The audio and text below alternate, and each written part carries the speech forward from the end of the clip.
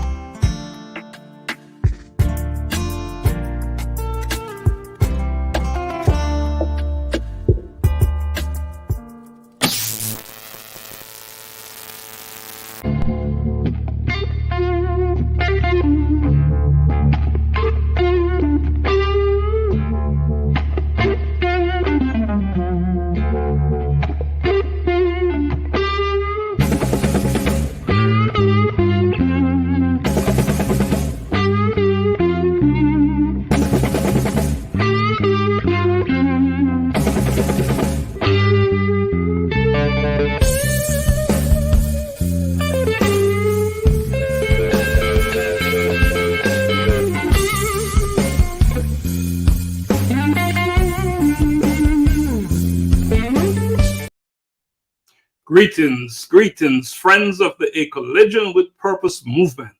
Welcome to the A Collision with Purpose podcast, Bridging Generations, Voices of Men in a Changing World. I am Dr. Stephenson. This groundbreaking podcast delves into the multifaceted experiences of men across different generations. In an era where societal norms and expectations rapidly evolve, this show offers young and older men a unique platform to voice their challenges, triumphs, and perspectives.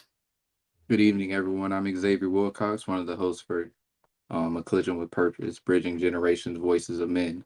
Each episode aims to foster understanding and bridge the gap between generations, exploring themes ranging from masculinity and mental health to career dynamics and personal relationships. By bringing together voices from varied age groups, the show sheds light on the commonalities and differences in the male experience, encouraging open dialogue and mutual learning. So whether it's a teenager grappling with the pressures of social media or a senior actually reflecting on the changing definitions of manhood, Bridging Generations is committed to uncovering the real stories of men navigating the complexities of a changing world. I'm Juan Marcel, one of your co-hosts and moderators for this show. Doc, what's new? What's going on? Man, welcome back, gentlemen. You know, we had taken a week off, right? Yes, we did a healthy replay last week, and man, that was a success as well, you know. So how y'all feeling today? It's been a day. I ain't gonna lie, not gonna lie. It's definitely been a day. Yeah. I feel refreshed though. I needed that time to recoup, and I feel refreshed physically. Refreshed. And you have a big day coming up next week, but we'll talk about that next week, right? Absolutely. Your big day. Absolutely. It is a national holiday, so yeah, we'll definitely talk about that next week. Yeah, you know, and talking about big stuff, we have a big show tonight. We're going to be talking about early developmental characteristics that may affect educational outcomes in boys. Yes. Is that a big deal or what? That is astronomical. It is huge. You know, I'm used to hearing that term astronomical, those words, but not in the context that you just said it. So it must be really, really big in your mind for you to say that. Yes. Yeah. So so what's happening out there in the world? What are some of the things happening that really have the effect, it can affect us? Well, look, we were just having this conversation with Xavier about what's going on. One, we started with the decision going on with Morehouse and President Biden with speaking. Zay, fill us in. So it just came in that the Morehouse board. Let me go back to it. But the Morehouse board, Morehouse faculty voted 50-38 to award Biden an honorary doctorate, with a dozen abstaining from voting at all. So they are already going ahead and let him go ahead and speak at the graduation, and then they're going to give him the honorary doctorate to top it off as well with that. So I'm pretty sure some students are outraged down at Morehouse, feeling that they're unheard, just like that. And there's going to be a lot of controversy going on. I'm quite interested to see what's going to happen at Morehouse graduation. We have some heavy feedback there. Check your stuff. Make sure it's not coming from your end. We got some feedback.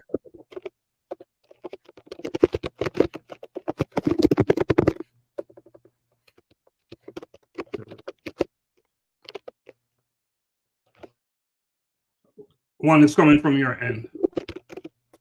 It's coming from your end, one. All right, so okay. Sorry about that. We have these technical difficulties. They pop up all the time. We apologize for that. But you know how the internet world works, right? We depend on it, but it's not always stable. But we're back on live. I see our guest host just popped up. He's in the car. I'm going to bring him on. There you go, Augusta.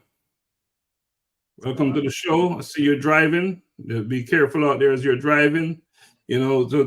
Again, this Morehouse thing. So they made him a doctor, doctor president. Is that what he is now? Yeah, Dr. Biden. Dr. President Biden. So that's interesting, right? So we have a big show tonight, but let's talk a little bit about the commitment. We all made a commitment. Where are you? Let's take Augusta. Augusta, where are you on that commitment? On my big commitment. Yes. On the big commitment, we've got groundwork for some upcoming family events and some communications. Outside of that, I've attached myself to possibly a new commitment, but I've learned not to unveil until it's there. So I want to begin the process for this new secondary commitment. But the other one, with respect to building more of the legacy and more events for my family and just continuing that contact, it's being worked on. The continued commitment of service goes on. I have a mentorship application that I need to complete for Global Humanity Network. And outside of that, recently did some planting of trees with work, more community work. So yeah, community work, there's always something to be done. You can always be a service to someone. So the work, it hasn't stopped. Well, I should say this. All the great things you're doing, Global Humanity Network is waiting on that application. So please get that in. We have work to do there as well. So appreciate you I know you're heading home from work, and be careful, keep your eyes on the road. When you get in, you can jump on full time. So Xavier, real quick, tell me about your commitment. Where are you with that? Well, you actually helped me out with part of my commitment. I made a big step. You during one of our past sessions, you said, I see Xavier being a congressman. Now, I didn't run put my plea up to run for Congress or anything, but I took out the step, and I've been before you even said that, I was waiting, debating, praying on it, and seeing where I should go with this, and I just went ahead and did it. I want to say it might have been that Friday when I asked you for the recommendation, but I went ahead and applied to be a vice president for enrollment at a university. So that was just a step out there on the whim, but I can see myself doing it, and I'm qualified. So why not go ahead and just take the step and do it scared? I mean, I'm 22. I don't know who wants to make me a vice president or anything. I applied for other positions just in case, but just went ahead and did it scared, and just thought about the legacy. Like, if I'm 22 right now, I go ahead and get into being a vice president at a university, that's already set up for everyone in my family to go ahead and go to that university just like that. But that was one big step that I took this past week. Past 2 weeks. But yeah, that's towards my commitment. And what an example you're setting, man. I congratulate you on that big move. Keep moving, keep moving. You're headed in the right direction. Just all I have to say is speed it up. Yeah. Yeah, speed it up. Put it on rapid. Put it on rapid. Juan, what's going on with your commitment or commitments? Still getting feedback. Am I good? Yeah, we're good. We're good. Okay. Yeah, so the initial commitment kind of fell through with the lock-in, but this something great came out of it, right? So the gentleman I was partnering with, one of our coaches, our athletic director, so we put together a business expo. So the students were working on projects and everything, and one of our young ladies actually she has started her companies, and she makes treats and sweets and everything. So we brought her in, and for the entire week she's been coming in. The first day she came, she had cookies and pound cake, some bracelets that she made and sold out, to the point where people from the community, other parents and students, were requesting her. She came back, sold out again. And so one of his partners was so impressed with her initiative. And she's this big time agent and entrepreneur in the country, came to our school and met with her and wants to mentor her and bring her under her wing. So that was a great thing, just from what we discussed before, just about exposing our students, our young folks, to other opportunities. It's just in the community. She got this great opportunity. So something great came out of that initiative. And she's still being called back every day for more treats. So she's been selling that. She came back today, sold her bracelets, her cookies, and this is all homemade. She sits up and makes this stuff. Has a name established and everything. So it was a great thing that came from that, especially getting her connected to this resource that wants to mentor her and take her under her wing. So we were excited about that. Big stuff. And you just talk about mentoring, and I know you are all qualified and ready to go as a mentor for Global Humanity Network. Absolutely. I'm excited about it. Yes, and so are we here at Global Humanity Network. We're so excited. I know what an awesome opportunity for those young folks that you'll be mentoring, because I know you're starting off with one, but there'll be more. Yes. So, yes. And if you're out there listening, I invite you to take a look at Global Humanity Network Mentoring Matters program. Very, very important program. And Juan, you was about to say something. You want to come back on that? Yeah, I was just going to say that it's a great opportunity. Just to, I think the idea, of course, we I've been mentoring for some years now, just locally, and nationally. So to be a part of a global initiative is major to me. It goes beyond just the states. Yeah. So I'm excited about it. I think it's a great initiative. Anybody interested, we are putting it out there. We need mentors. To keep in thought that you are changing or being a part of the conversation and the work that could quite possibly change the trajectory for a young person, and not just them, but even their family. So yeah, big stuff. And maybe you can give Xavier some advice, a little push for him to get his application completed. Yeah, Zay, don't I'll say this because I struggled with it years ago. Don't look at age as a factor that would feeling like it would disqualify you. Like you lack experience. I'm telling you, the best experience that you have at 22 is 22 years. Yeah. That's your experience. No one has lived your life but you. That's your experience. That's what you have to contribute. That's awesome. So Xavier, I'd love to see you on board this mentoring business that we're in at Global Humanity Network, our nonprofit agency. It's a sister company to A Collision with Purpose. So love to see you over there doing some big stuff with some of these youngsters that we're mentoring. All right. So can't wait to see you on board. I'll be reminding you, by the way. So you know how we know how that works. All right. So we have a big show ahead. Again, we're talking about early developmental characteristics that may affect educational outcomes in boys. I don't like to use the word boys, but I'll do it for the sake of this show. So let's take a quick break and bring on our guest. And as always, we want to bring her on in fine style. We want that drum roll, and Juan, you will introduce her. All right. So we're going to take a quick break, and we're going to bring her on. I see her backstage. She's just jumping into the screen, ready to go. So let's not hold her up any longer.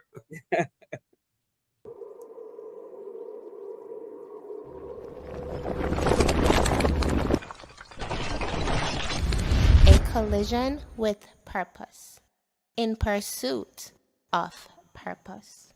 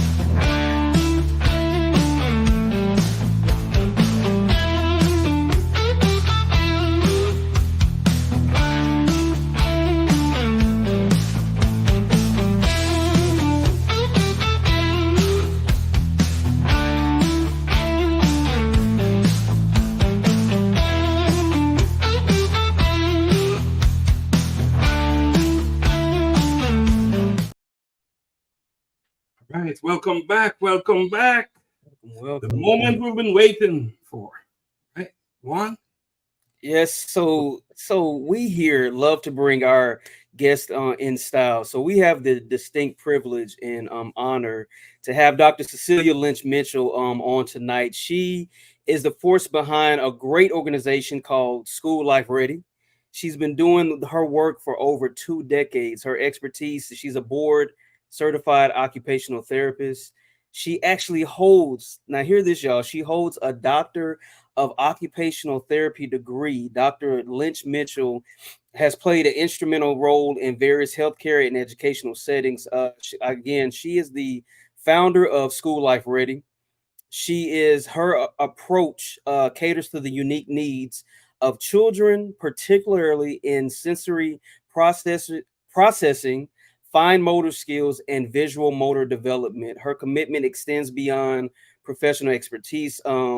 So her dedication is for the well-being and optimal development of each child. So this is what she does. She works and helping with developing a successful community-based clinical practice that specializes in serving children with learning differences and disabilities. She actively contributes to elevating the awareness about the value of occupational therapy and has held leadership roles on a national and international committees. Without further ado, we want to bring in our distinguished guest, Dr. Cecelia Lynch-Mitchell. Guys, can we do the drum roll for Dr. Lynch? Let's bring her up. And there she is. None other than Dr. Cecelia Lynch. Hi, Doc. Hello, everyone. I'm so excited to be here. Oh, we're glad to have you. Yes. And to talk about something so important as what you're going to be discussing today. Yeah, and the premise really of my purpose on the show tonight is there's a quote from Frederick Douglass that says it's easier to build strong children than to repair broken men. Yes. So that's where I'm coming from with my participation in your program tonight. You guys do such a great job week after week talking about things that are afflicting men. And I want to take it back from when they were boys, from when they were babies, because the product that you see as men, that it all starts from in the womb, really, right? So that's why I'm here tonight, to share with you and to contribute on your program tonight, just giving your listeners the perspective of how do we shape our children to become the men that we want them to be. So that's why I'm here. So I'm ready. I'm excited to participate with you guys. But before we dive in, just say a little bit about yourself. I know Juan did this long, deep introduction, but tell us a little bit more from your perspective about Cecelia. Okay. Do you want Cecelia the person or Cecelia the professional? Or just so we know who we're talking to. It starts. Okay. Yeah. Okay, so I'm Cecelia Lynch-Mitchell. I have been a pediatric occupational therapist for over 20 years. I work in the school system as an occupational therapist, and I also have a clinic where I do rehabilitation occupational therapy for children.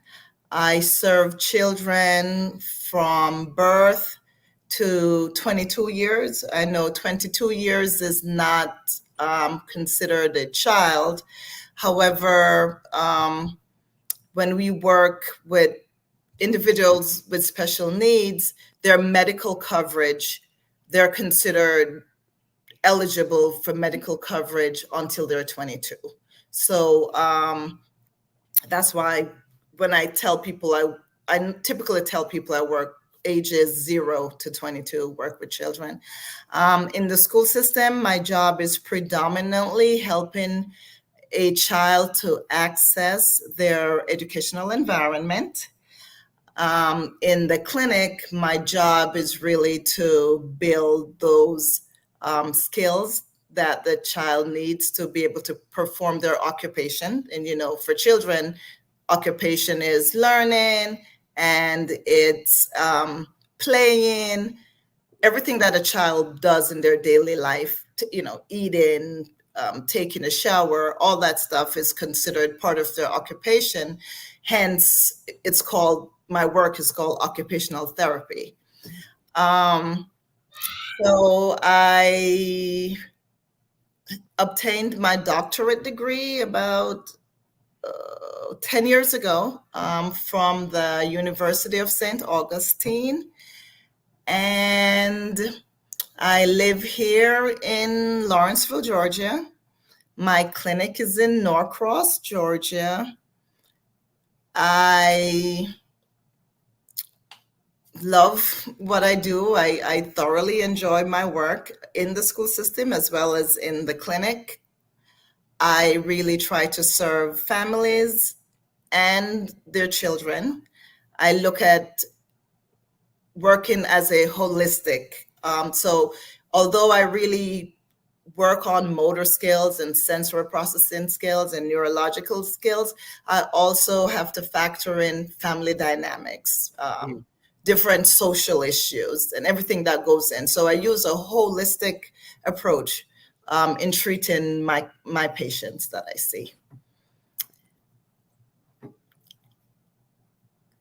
I'm not hearing you, Dr. Laxley. You're muted. Yeah. So, you said something and that triggered a response. You said age 22, and I noticed that Xavier, his face was all smile. You said, you can still be a client to Xavier. He said age 22. And I think that's about where he is. Got a few weeks. You got a few weeks before you. Yeah. Exciting stuff. And, this whole holistic approach is a big deal. And I'm sure, is that common for, someone providing the service you provide to take a holistic approach to it? Is that a common thing? Or is that something specific to you? No. Typically, occupational therapists look at 3 factors. So we normally look at the individual. We look at the environment that the individual is in, right? So whether it be home, school, community, and then we look at the task, what it is that the patient is required to be able to do. So we normally look at those three things. However, I take it a little bit further as just part of my practice, wherein I also look at family dynamics, because after years of doing therapy, I realize how important, especially because we're working with children. I'm working with children.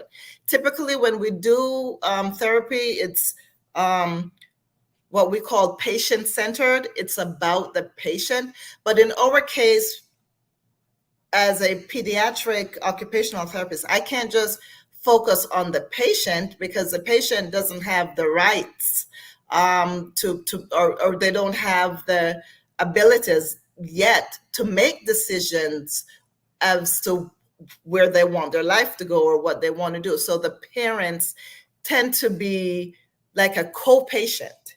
So that way I always ensure that family dynamics is included when I do my treatment plans.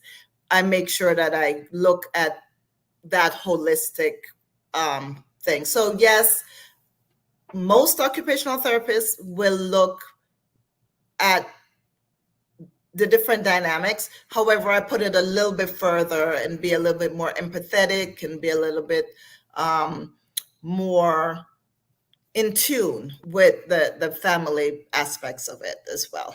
And that has been like the hallmark of my practice. And it has proven to be very beneficial in terms of making sure that the family dynamics is also addressed during my therapeutic interventions. So in terms of factors that would affect educational outcomes, but of course we're talking about educational outcomes here in boys. That's one thing.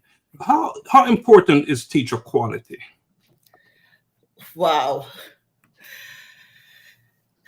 Teacher quality is a big factor, because just like how I have to take into where I have found that taking in the family dynamics is important, teacher quality is kind of the same thing. That teacher that you get, the one that's going to include the parents in the planning, the one that is going to look beyond just the child that's sitting in front of them in the classroom and understanding the child's family culture, understanding the social, emotional aspects of the child's daily living. A teacher who can do that, will be better able to reach the child, because so much of learning is about that social emotional piece. It's not just about academics and teaching math and teaching writing. Those things are secondary. So when you have a teacher who knows how to reach a child, how to affect that social emotional development of the child, that teacher is going to produce better academic results than a teacher who is just going straight to academics. So teacher quality, teacher quality refers to that teacher's ability to enhance the learning of the student. So teacher quality is a very important factor in produce those educational outcomes that we're expecting for our children. And again, we're talking to Dr. Cecelia Lynch-Mitchell, and we're talking about development characteristics that may affect educational outcomes. And this is such a big topic that, as we're having this conversation, gentlemen, jump in, ask the doc questions. That's why we're here. We want this to be as much a conversation as possible. So is there a question for Doc at this stage? Yeah, I'm thinking about just some of the things we have listed here. Some of the factors I was say that can affect educational outcomes. I see one thing at the top that I think is so I think one of the major factors that impact it is parental involvement. When we look at parental involvement, Doc, what can you tell us? How major is that when it comes to educational outcomes and the impact it has on the outcomes, parental involvement? Well, most times children are not self-guided. Sometimes you'll have those one or two kids who are they're self-motivated, self-guided, but most times children need that adult. Mm-hmm. And for most kids, it's going to be their parents or guardians. Okay. So when you have that person who can help guide that child, teach that child organizational skill, teach that child how to perform academic tasks as well. Because remember, during the school day, not everything can be addressed. So that's Right. why there is homework, right? Mm-hmm. So when you have a parent who can help a child with the homework, because what homework is just extra practice. That's all homework is supposed to be. Just like any skill or any sports, you have to go to practice. Mm-hmm. Same thing is homework is the same thing. Homework is practice for academics, right? So when you have a parent that can provide those opportunities to practice and to practice doing it the right way, because remember, just like when you're playing basketball, they'll be like, listen, you practice how you play. It's important. It's important to do homework the right way, because what you're doing is practicing. So parents provide that opportunity for practice. Parents provide that opportunity for guidance, for that other social emotional part of it that's also needed to enhance academics. A child who has parental involvement, the research shows that those children outperform children who don't have that. And that's why you guys were talking about mentoring before. Mentoring can play a big part because there comes another adult to help guide the child, to help guide the student to get there. So adult involvement, parent involvement is also another big factor that affects the outcome, the educational outcome of students, of boys. So no, go ahead, Juan. Go ahead. No, I was just going to ask, because I see on here we have school environment and learning environment as two factors that affect educational outcomes. What's the distinction or the difference between school environment and learning environment? Wow, that's a good question. Okay, so school environment and learning environment, two different things. Because guess what? Your learning environment can be anywhere, right? Mm-hmm. So your learning environment is wherever you are. And, as children are always learning. If they're out in the park playing, they're learning, right? If they're home watching TV, they're also learning. So school environment has to do with what's inside the school, your desk, your chair, your AC, your lighting, the sounds, the bells. That is the school environment, right? The number of students in the class. All those things are school environment, and all those things can impact a child's ability to learn, right? So you're in a class, okay. Lately, the research has shown that when children are given what's called flexible seating, they learn better. That's the ability. So typically we're used to seeing children sitting behind desks and those hard plastic chairs, and they're slouched over.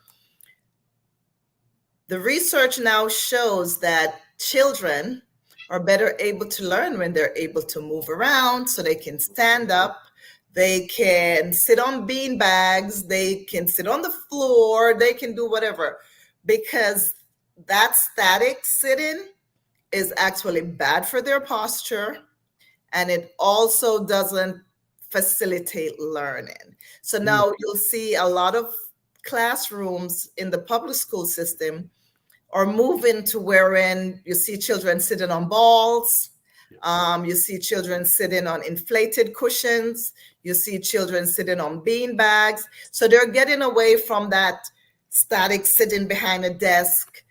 So that's a prime example where the school environment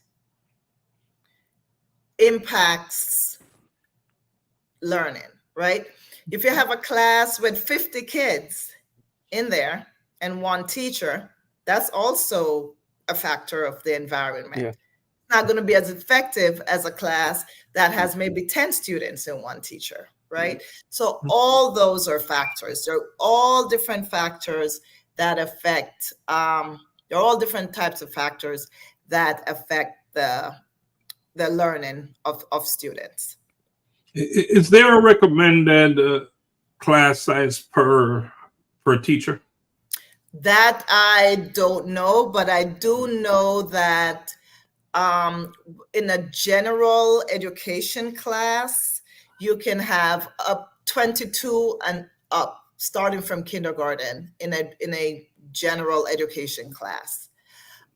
Special education classes, they tend to have smaller ratios, wherein it might be, but there's no like set number, because I've seen class sizes in special ed wherein I've seen up to 18 students in the classroom, and it's a special education class. So it depends. And every school district is going to have different rules about how they do their ratio. So I don't think there's a set number that is standard across the different school districts. I don't think so. Mm. So I think I was going over this and just as a review for myself, kind of ticking each box and giving an assessment of even how I was raised, with the school environment, me being from, Los Angeles, California, mostly South Central, Long Beach, Compton, San Pedro, areas where socially, economic status wise, a lot of single parent homes, a lot of, not a lot of people on the threshold of the poverty line in the mid 90s to early 2000s. I look at learning environments and all these, and I check the boxes and say, well, I was able to succeed despite all of these. But I think the one that's listed first is the most critical one.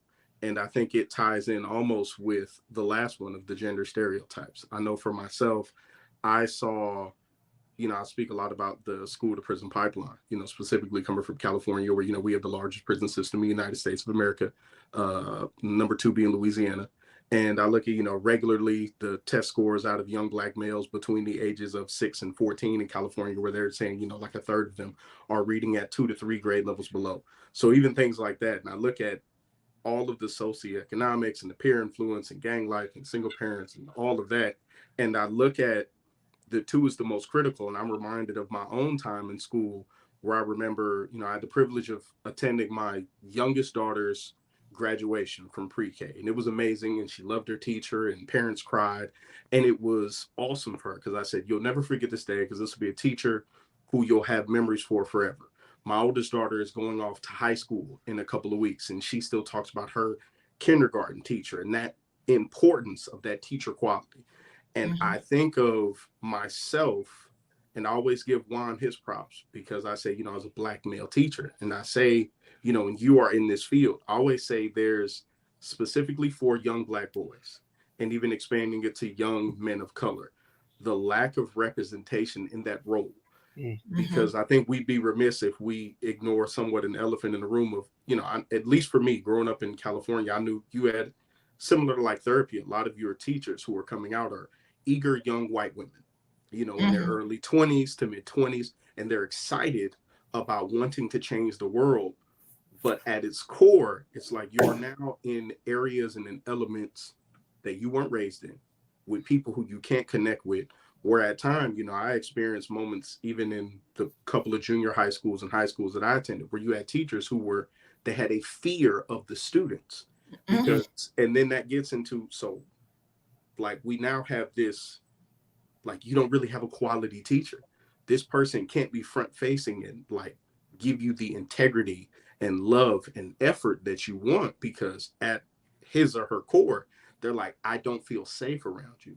So now, with that being said, I would ask you how, Juan asked how important is teacher quality. How important is the representation of having those kind of people in the classroom? Somebody who understands maybe not the identical life, but somebody who at least they somewhat see that mirror image of themselves and they're able to connect on a better level. And then I would say, how do we get more specifically Black men into this field to where they're getting that engagement and grasping these young men at the most critical point in their life? Well, from what I have read in articles and doing my research and so forth, I think there is research that shows that when you have, especially in Black schools that have predominantly Black students, that when you have other Black teachers or Black male teachers, that the graduation rates are higher in those schools. And also, which is like, because I'm in the medical field, I'm going to put this in, and then I'll tie it in to show you how representation is important. Even in healthcare, when there is a Black doctor serving Black patients, there's a likelihood of better medical outcomes. So there's this research to show that when there's representation in the field, there are better outcomes. Why is that so? I don't know. But that's what the research is showing us now, that we do need more Black professionals in education as well as in medicine. I think the first way to solve any issue is to first admit and recognize that there is an issue, right? So it's going to take for us as professionals or upcoming professionals to understand that there is an issue and that we need to do something about it. I give kudos to anyone who wants to go into education, regardless of their background, ethnicity, race, anything. I give kudos to anyone who wants to do it. But also, we need to get more training on diversity and equity, and getting people who are coming into the field to understand how important understanding their students backgrounds, their students' culture, how important it is for those positive outcomes that we want, because the research already shows us that it is important. So I think it's going to take some time, but the good thing is that we're beginning to recognize that it is important. And so we just now have to start implementing and doing the work to make sure that we are incorporating these non-academic aspects into education, right? It's really getting back down into that social, emotional learning aspect of teaching and learning that we have to incorporate. Doc, let's talk about gender stereotypes and, specifically about how societal expectations influence, how boys perceive academics and other interests. What can you talk to us, share with us about that? From So the gender stereotypes. Yes. All right. You know, and this starts from real early. Mhm. Because we'll have kids, and a lot of us, even as parents, will see a boy jumping off a table and we'll go, "Ah, such a boy, you know, he's doing," but that's how boys are. Boys are active, right?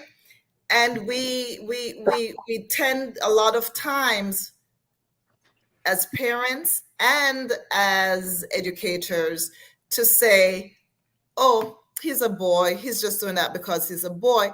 And then we neglect to look at the behavior for what it is. He's not supposed to be jumping off the table. It's not the correct thing to be doing. We can't just excuse it, because what happens is we tend to excuse these things, especially say it's a 4-year-old boy. We excuse it, and then he turns 5, and then we excuse it again, and then he turns 6, and then we go, wait, it's a problem. Right. But guess what? You missed when you were able to intervene, because you have this stereotype that he's a boy, he's supposed to be jumping, he's active. You missed it. You missed your window for intervention, because maybe there was something going on with him in terms of what we call sensory processing, or going on in terms of behavior, right? That we should have nipped in the bud. So remember this, early intervention is key. Recognizing when something is wrong, it's key. We do that in medicine as well, right? We're like, oh, you don't know, that person doesn't have skin cancer because they have black skin, and black skin is tough or whatever. We tend to do that a lot. These stereotypes can really cause more harm than we even expect. So so back to what I was saying, that it's that Frederick Douglass quote, that it's easier to build strong children than to fix broken men, is a call for early intervention, right? Nip it in the bud. Get to the root of the problem from early. Stop putting off things. A lot of parents are in denial about their own kids, and a lot of teachers are just falling into the stereotypes. And then we have the kid in 3rd grade, 4th grade, and now is when you're ready to really look at things that we saw early, but because of these stereotypes, we neglected to address them. Let's talk about a different type of stereotype. Let's talk about stereotype trait. Say that stereotype what? Trait. The thing about the racial piece. Oh, the racial piece? Yes. I think it's the same thing, whether it be, it's the same, a stereotype is a stereotype, right? So it's either like we're saying it's a boy thing, or we're saying, oh, it's a black boy thing, right? A stereotype is a stereotype. So whether it be a racial, it's just that, you know, some things we put in line with race, right? And like, I mean, even I think the NFL had like rules why like for a long time, like quarterbacks were not smart enough. They believe there was a lack of the mental capacity because of like a portion of something with the frontal lobe where they couldn't process in a timely fashion. Yeah. But let's talk about stereotype though, from in terms of how it affects confidence. Confidence. You talk about it in terms of, you know, getting them back on track and in a directional way, how they, you know, to manage their behavior early. Well, how about the part about it that is affecting their confidence? Because we're self stereotyping ourselves sometimes, right? Your Mhm. parents are telling you things, or your society, your environment is telling you things about you, right? So you're expected to be a certain way, and you're thinking to yourself, oh, I'm not feeling that way, but everybody's expecting me to be a ball player, and that's not what I'm feeling like I want to do. So of course it's going to affect your confidence. It's going to affect which way you go, because a lot of times people go in the direction that's the expectation is set for them, right? So they're like, I'm going to go do this because that's what's expected of me, right? So stereotype, it can be the stereotypes. We tend to believe the stereotypes about ourselves as well, because you have your teachers imposing a certain stereotype on you as a child.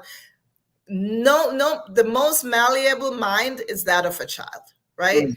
So that's when most everything you learn, most of your development, I think, happens before age 5.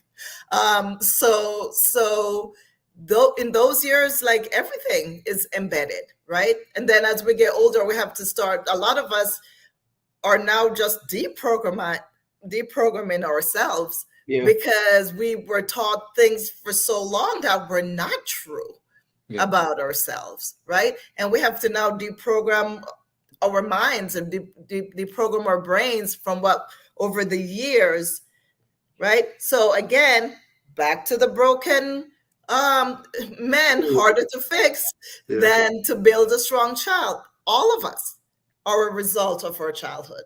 All of us is what happens in those early years. Yeah, I can definitely agree with that. I fell into believing the stereotypes and everything like that because I missed out on so many opportunities for like trades, acting, and stuff like that. Never would have thought of that. I fell into the dream of playing football, basketball, and stuff like that. I even seen it affect me in my academic load because I didn't the school system that I was in. I went to a school where it was a mixture of students, but it was you seen who kind of ran the school, and the people that kind of ran the school, like the PTA, the administration, and had the bigger voice in the school was predominantly the white people. And so when you get into like those gifted classes and stuff like that, because in third grade, I was reading at a ninth grade reading level. So I could have been in gifted classes. But when I was in the gifted classes, I was the only one that looked like myself. And when you're doing group projects and stuff like that, they're not picking you because they don't think that you understand the topic and stuff like that. So I decided to go ahead and just do the general classes where I was in classes with people that looked like me. But the course load, it's a lot less, but the work is pretty much the same. So it's really not that hard. It's not that much of a difference, but it's slower paced and stuff like that. Yeah. But you see how they're taking it and slowing stuff down and not teaching us the full extent of stuff in the regular classes, and then you kind of got to force yourself to go to the gifted ones and then just get looked at. And then when you have the slavery shows, they're all looking at you like, how do you feel about that? I mean, but yeah, I definitely agree with that. And looking at this, it definitely takes a good um dissection at what your life is really like, just seeing the actual educated background to what happened and the actual real responses and hearing it from you. Shoot, I might use these last 3 weeks to join your join your program.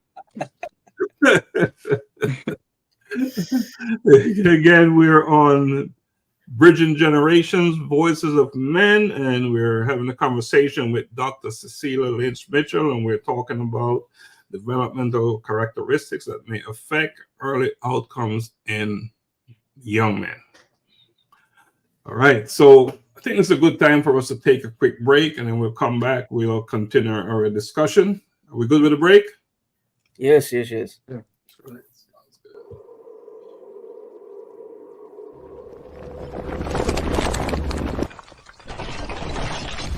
A collision with purpose. In pursuit of purpose.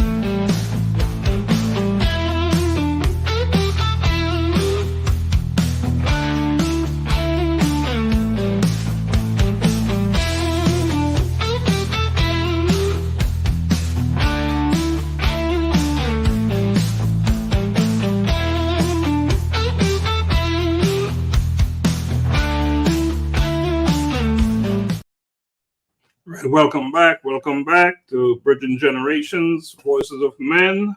And again, we're having a conversation with Dr. Cecelia Lynch-Mitchell, and we're talking about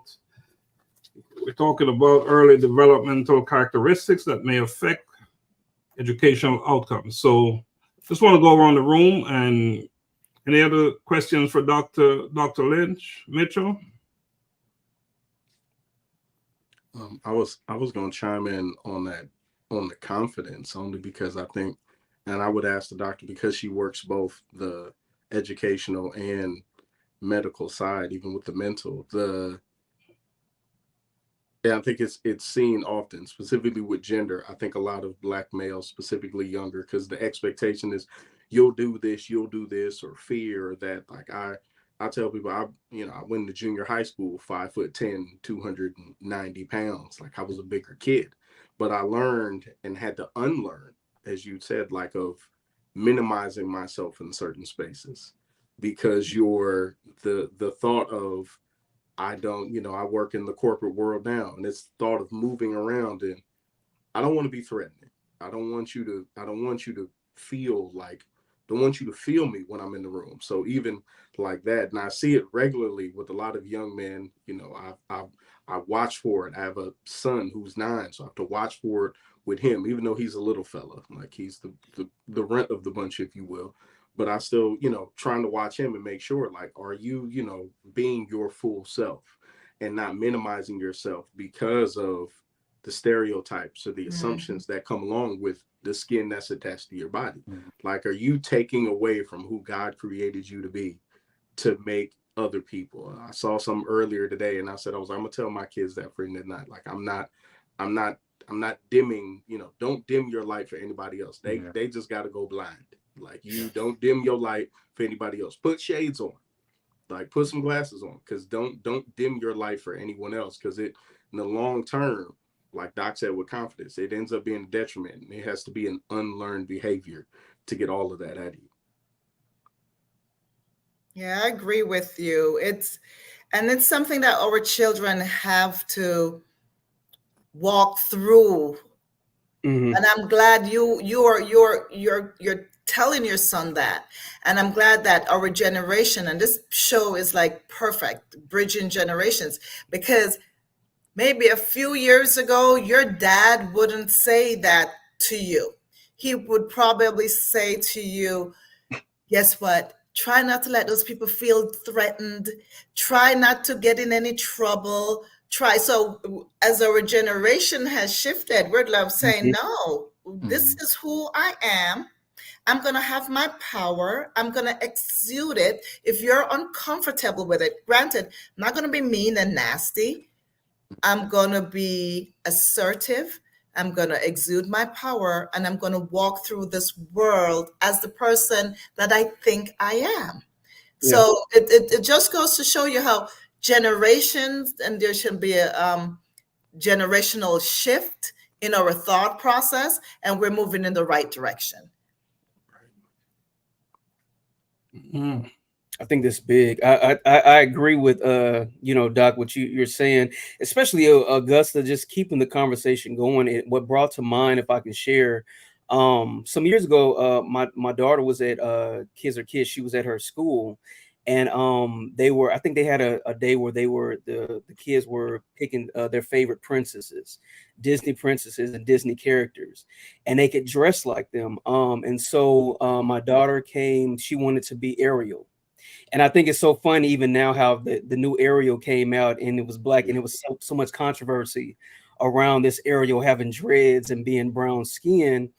My daughter was told, and by one of her peers, I think at the time she was 4 or 5, and they asked her, it was some young white girls. They asked my daughter, why did she want to be Ariel? And she was like, it's my favorite princess. She was like, and one of the little girls told her, you can't be Ariel. And my daughter said, why? She's like, you're too dark. You should be Tiana. You can't be Ariel. You should be Tiana, because Tiana, of course, is the black princess.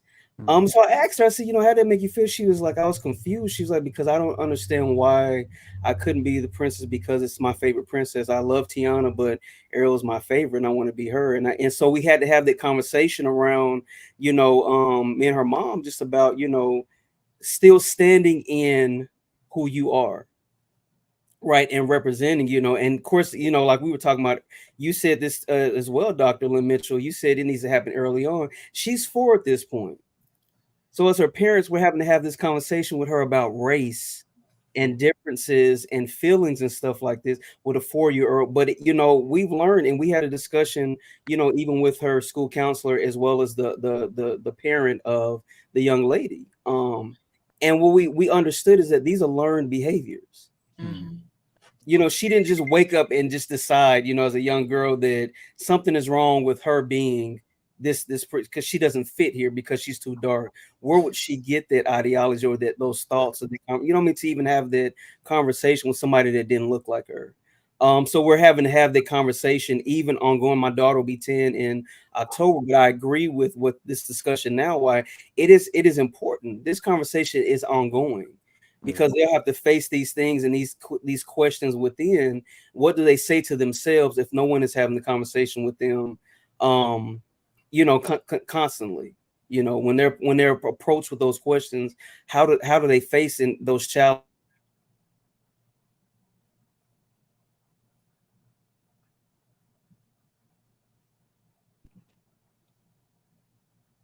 I think we lost one there for a second.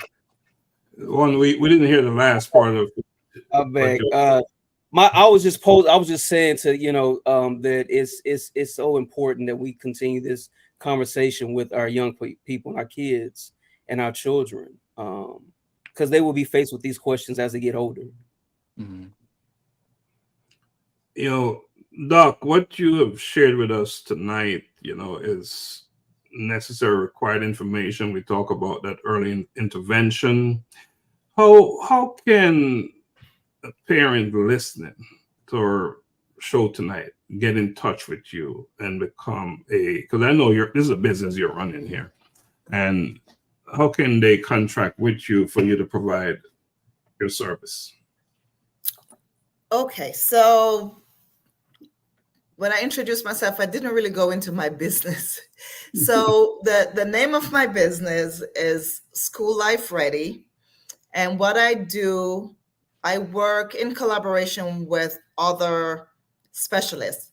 Most of the students and their families that I work with are children who already have like a special education eligibility. So I work with a lot of children who have ADHD, autism, learning disabilities such as dyslexia.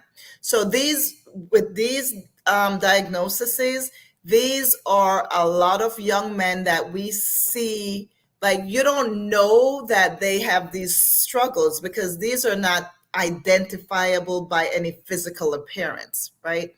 And a lot of these young people, they are able to perform everything in their daily life, and all they might need is a little support to make them get those educational outcomes that's required for them to graduate high school and maybe move into like a vocational training or even go on to higher ed. So these are individuals who they just need a little support. So if you're a parent out there who has a child who is struggling in school, you probably don't even yet have a diagnosis or not necessarily have that individual educational plan because they're not identified as requiring special needs. I can help to formulate a plan for the parent and the student, along with the different services that we offer. So we have on our team, we have psychologists on our team, we have speech therapists, we have trained reading specialists, and we have behavioral interventionists. So we come together with, as I said before, we look at the child holistically, all the things that they would need, and we put a plan together to help support your child. We also collaborate with the school for you. So if you needed to have a teacher meeting, if you needed help to attend those IEP meetings, anything that you need to support your child during their school years, our company is there for you. Our website is schoollifeready.com, and you can go there and you can get all of our information, how to get in touch with me and to get in touch with other members of our team. And there's also a phone number on the website that you can send a text message to as well. And we will return your texts and get back in touch with you. So that is schoollifeready.com. That's the easiest way to get in touch with Dr. Cecelia. And we're going to take this opportunity now to just go around the room, because, any closing comments, anything you'd like to add or ask Dr. Cecelia before we close out? I'll be in touch. I have one going into high school soon, one going into junior high school, and then after I'll be in touch. Absolutely. The dads in the room with the teenagers are like, hey, it almost sounds like Arnold saying, I'll be back. I'm just about two and a half years from preteen, so man. Well, remember really earlier, right? I'm gonna pray for you. Yeah, you know what, guys, really and truly, get me those 3-year-olds. And let me pitch something. So I will be doing a podcast that really covers a lot of these topics, from developmental training to services that would be beneficial for your children. I don't have a launch date for the podcast, but it should be coming out like by the beginning week of June, wherein we'll be talking about kindergarten readiness. Is your child ready for kindergarten? What does your child need? So I'm taking families through the start of school, because technically school is really kindergarten.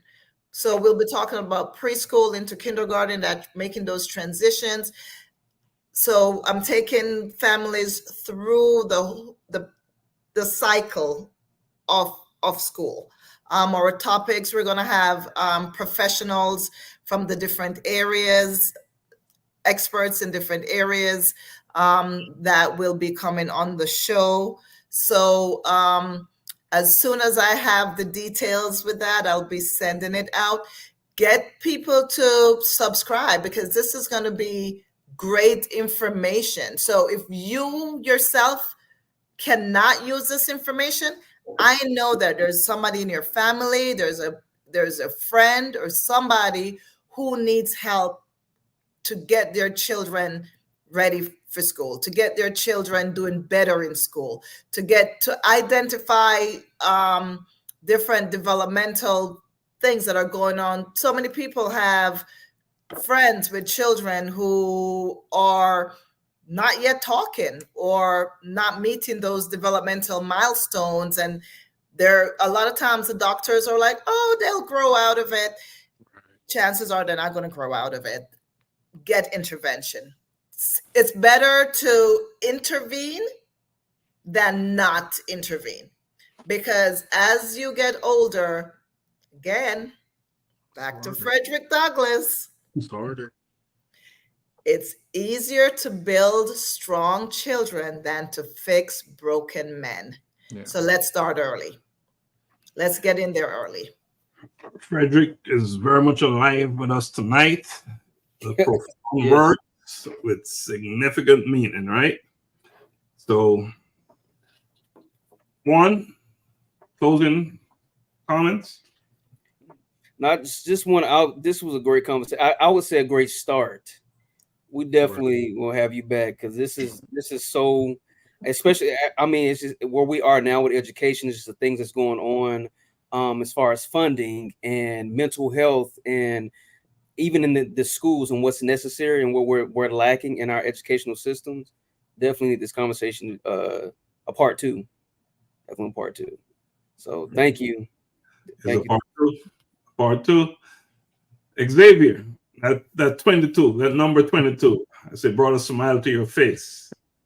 Yeah, I definitely just want to say thank you for coming on, and I just love every one of these sessions. It just gives me a burst of just energy and just realization of where I am and what's going on and with stuff like that. And I know I need to get into unearthing me. But I just thank you, and we're definitely going to have you back on, because this was definitely needed, and it's definitely going to help somebody with this, watching this, whether it's live or a playback or so on and so forth. But thank you. You know, while we're waiting to bring Dr. Cecelia back on, let's spread the word. Yeah. Let's share the information. You know, this is information. This is not just conversation, right?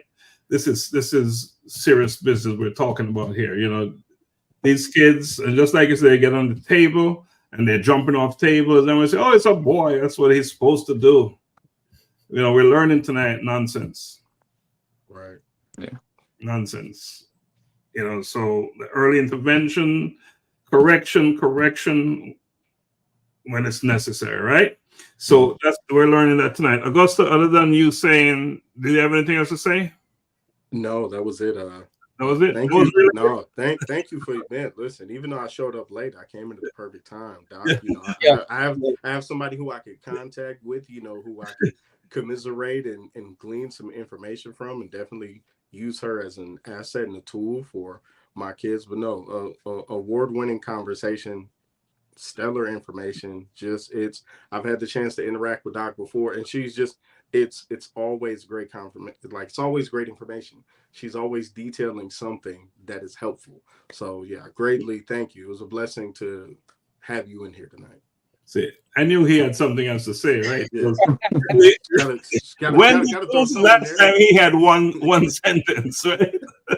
So you know, Laxley, this show, like, I know it's now 8:43, but we definitely have to do more, right? This is such a broad, deep topic, and I'm so excited that I had the opportunity to come on and to share with your listeners a different way of looking at things, or how important it is for us to not cover our eyes about stuff, but to tackle things that we see.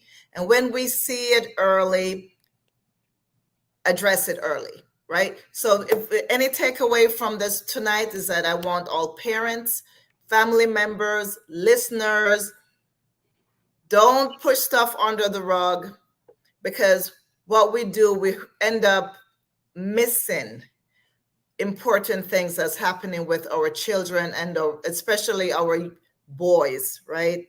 So let's get in there early and utilize the services that we have available to us, and don't fall into the stereotype or thinking that your child doesn't need this, or run away from your child getting the help that your child needs, right? There's no such thing as bad help or bad resource. You know, information is key, knowledge is key. So I want to tell everyone that I appreciate y'all coming on, listening tonight, and I hope that I was able to impart some knowledge and give you something that you didn't have, and give you a tool that you can walk away with from listening to me tonight. And so you can take whatever action you need to take for your family member, for your child, or even for yourself. Mm-hmm. Early intervention. Early intervention. Early. So, Doc, I appreciate you coming on and, you know, delivering such important information in such a way as you did. I myself, I learned so much. You know, I'm in the business right now of finding a school for my grandson. So I'm listening to you keenly, kindergarten. You know, I'm listening to you keenly, and much of what you're sharing tonight is information that we all need.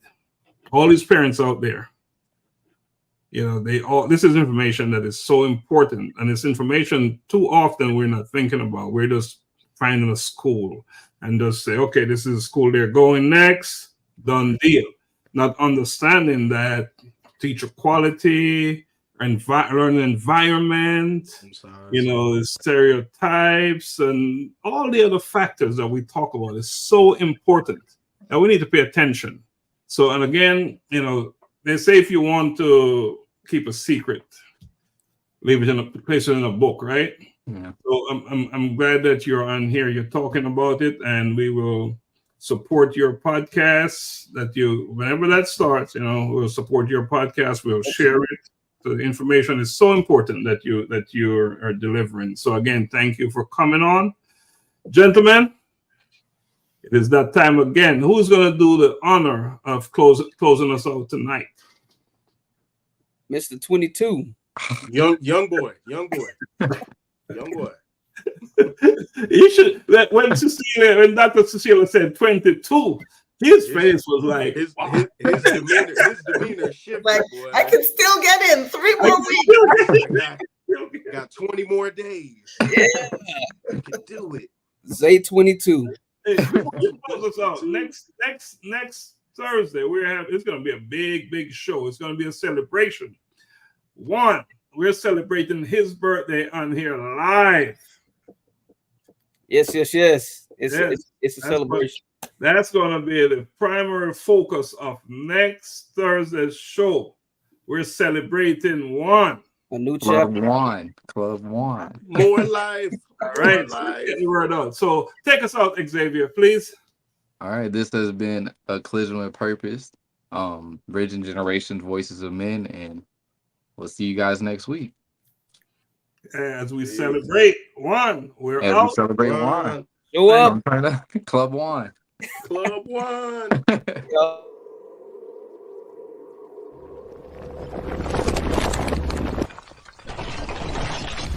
A collision with purpose. In pursuit of purpose.